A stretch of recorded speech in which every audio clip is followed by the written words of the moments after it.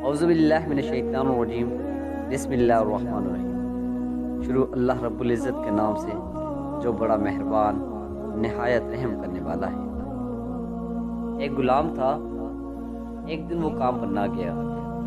اس کے مالک نے سوچا کہ مجھے اس کی تنخواہ میں کچھ اضافہ کر دینا چاہیے تاکہ وہ اور دلجوئی سے کام کرے اور آئندہ غائب نہ ہو۔ اگلے دن مالک نے اس کی تنخواہ سے زیادہ پیسے اسے دیے جو اس نے خاموشی سے رکھ لیے، لیکن کچھ دنوں بعد وہ دوبارہ غیر حاضر ہوا۔ اس کے مالک نے غصے میں آ کر اس کی تنخواہ میں کیا گیا اضافہ ختم کر دیا اور اس کو پہلے والی تنخواہ ہی دی۔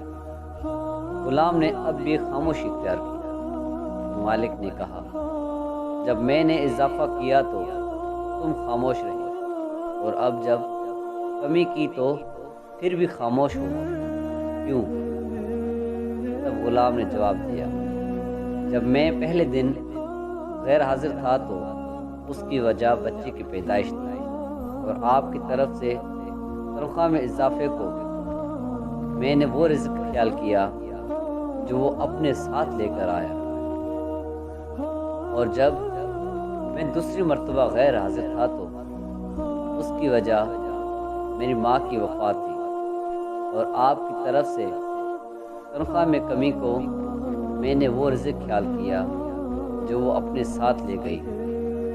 پھر میں اس رزق کی خاطر کیوں پریشان ہوں جس کا ذمہ خود اللہ نے اٹھایا ہوا ہے۔